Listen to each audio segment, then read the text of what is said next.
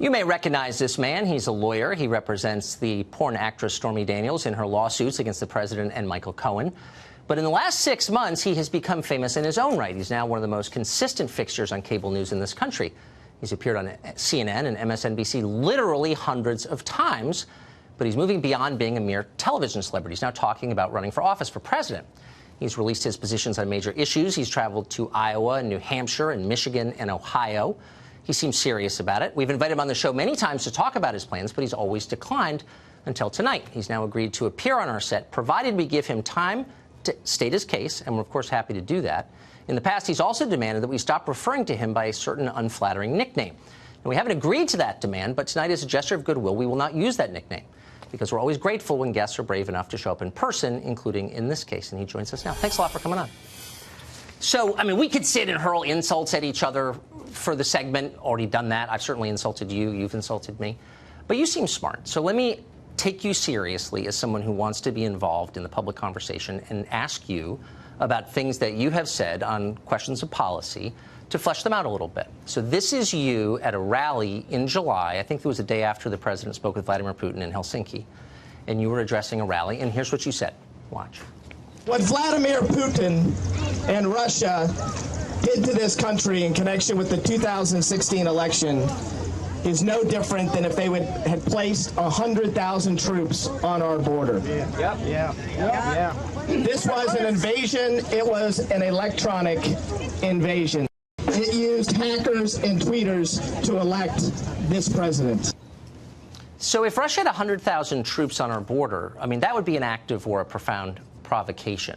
What would be the rational response to that if you really felt the threat was that profound? If you were president, how would you respond to that?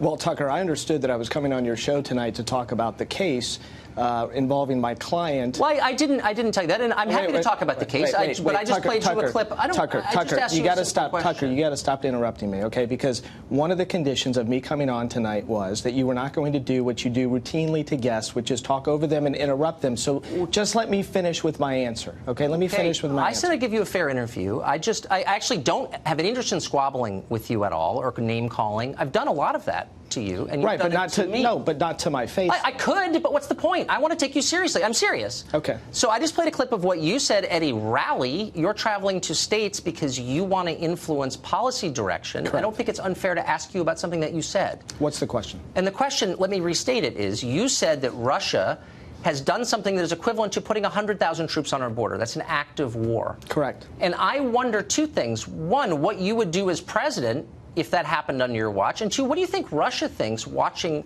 public figures like you say that we're at war with Russia? What effect do you think that has? Well, first of all, there's no question that Russia interfered with the 2016 election in a very serious way. The only question is, what was the involvement in Donald Trump or by Donald Trump and his cronies in the process? Okay. And that's what Bob Mueller's in the process of getting to the bottom of. But how should we as a country respond? There you go, interrupting me again. Okay. So how should we respond? Yes, I asked you 3 times. We should respond with the absolute force of the law. We should be doing everything in our power to bring those individuals to justice, those individuals that are also in Russia. And let me tell you what we should not be doing. We should not be standing shoulder to shoulder with Vladimir Putin and choosing Russia over the hardworking men and women of the intelligence community that risk their lives for this country. So the president has sold out the United States for the benefit of Putin. The administration announced today a new round of even tougher sanctions against Russia. Do you support that? I think it's a start, but I don't think it's what would be the end? I don't think it's a step in the right direction. I don't think the president has shown any leadership relating sanctions to Vladimir, are not a step in the right direction? No, I said it's a step, but it's not enough. Okay. I believe that President Trump should demand the extradition of each and every individual in Russia that Bob Mueller and others believe were responsible for the election meddling in 2016. Okay, so I think a number of people have been charged. Okay, that's a start. I think that's a start. But what's I mean, if you really believe that it's the same as 100,000, what I'm saying is you're using reckless rhetoric on a subject you don't really understand that increases the temperature between the United States and a nuclear-armed adversary. Is that a responsible thing to do? I think under the circumstances, I stand by my words, and I think for you to lecture... That it's 100,000 troops on the border? I think for you to lecture me about reckless rhetoric is rather ironic, Tucker, in light of some of the reckless rhetoric that you engage in each and every day on this show. Reckless rhetoric. Okay. So you've said that you are a civil libertarian, in effect. You're a libertarian on sex questions. And that's fine with me. Does it bother you that the Obama administration authorized spying on American citizens connected to a rival presidential campaign? Well, first of all, I don't think it's been established that that occurred, number one. That Carter Page was spied on? I don't believe that that's been established, number one, that, in fact, President Obama authorized his administration authorized. Are you going to interrupt me for the entire segment? I'm or just clarifying because I don't think you understand the question. No, I do The Obama understand administration authorized spying on an American citizen connected to the Trump campaign. Does that bother you at all? First of all, I don't think that's been established. If it was established, of course it would bother me. Are we going to get to the facts of my client's case? Yeah, are we let me just ask you one last real adult question first, okay, because you're traveling around the country as a commentator on politics, and I'm interested to know what you think. I don't think that's illegitimate. So it has not been established that Carter Page was spied on? Is that what you're saying? How many times are you going to ask me the same question? I've already stated that, in my view, I don't believe that President Obama has been shown to have authorized the spying, quote unquote. The Obama administration. Why dodge the question? Look, you traveled here with policy advisors who've worked on other campaigns to the show tonight. I have no idea. I think you'd be ready for a simple question. I didn't travel here with policy advisors. Can I ask you? Let me ask you a question. No, I don't think. Why don't you get a TV show and then you can ask me a question? I've asked you a simple question and you're not answering. Why is it that you don't call Donald Trump the creepy porn president? He's the one that had sex with a 4-month-old son at home with my client without a condom. Okay, so but you don't want to acknowledge that. Hold on. You don't want to acknowledge that. Acknowledge it. Okay. Do you believe that he had sex with my client? Yes, I do. I've said that on the air multiple times. So he's lied repeatedly to the American people, and you're okay with that. You think it's okay if the president lies to the American people? Settle down. Let me finish my question to you. What is the crime, the harm, the injury to your client by Donald Trump? As far as I understand, this was a consensual sexual relationship, and yes, I believe it occurred. I don't know that, but it seems like it did. I'm willing to believe that it did. But it seemed consensual, and then she was paid at the end of it. And yet you, and by the way, I'm not attacking Stormy Daniels. I feel sorry for her. I feel she's being exploited. You've attacked her for 6 months. I feel that you and others are exploiting her. So I feel bad for her. But I'm wondering what the injury is to her. I think you demean her repeatedly. And really? I think you're a hypocrite. So let me ask you what the injury, you want to talk about the case. I'm asking you the core question in the case. What is the injury to Stormy Daniels? The injury is that the agreement that was entered into was not adhered to by Michael Cohen and Donald Trump. They did not fulfill their end of the bargain. Now, do you want to talk about the injury to the American people, the lies and the lying? So you believe no, but you just went off on this moral lecture about how it was wrong for the president to have an adulterous affair, and I would agree with that. But you're very outraged. So yes, you said it's an injury against the American people that he had sex with someone, not his wife, when his wife was pregnant. You didn't let me finish. The injury is that he and Michael Cohen and others lied to the American people and covered up the $130,000 payment and violated campaign finance law. That's why Michael Cohen, I'm not done. That's why Michael Cohen just pled guilty. Let me ask you a question. That's why Michael Cohen just pled guilty. I understand them. I've been following the news as well. Okay. Did Donald Trump have a moral obligation to tell the American people that he had a sexual relationship with Stormy Daniels? I don't care whether he had a moral obligation or not. What he had an obligation? No, what he had an obligation to do was not cover it up and lie about it and commit campaign finance violations as his right hand. Michael Cohen just pled guilty to the felony. Tucker, what are you talking about? To campaign finance violations? Yes, associated with Miss McDougal. And I thought you were following the news. So let me ask you, knowledgeable let me ask you. about I'm a little confused. So you're the protector of Stormy Daniels. Stormy Daniels is right now working in strip clubs in little towns on stage. People are throwing things at her. You're wearing a $1,000 suit. Why are you not paying her? You've profited from Stormy Daniels. You've done tens of millions of dollars worth of free media on the basis of your relationship with her, and she's working in strip clubs.